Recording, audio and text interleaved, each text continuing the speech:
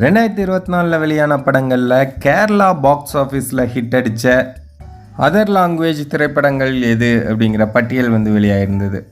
அதில் நம்ம தமிழில் தனுஷ் நடித்த கேப்டன் மில்லர் திரைப்படமும், விஜய் சேதுபதி நடித்த மகாராஜா திரைப்படமும், மீண்டும் தனுஷ் அவர்களுடைய ராயன் திரைப்படமும், சூப்பர் ஸ்டார் ரஜினிகாந்த் அவர்களுடைய வேட்டையன் திரைப்படமும், சிவகார்த்திகேயனோட அமரன் திரைப்படமும் இடம் பிடிச்சிருக்கு.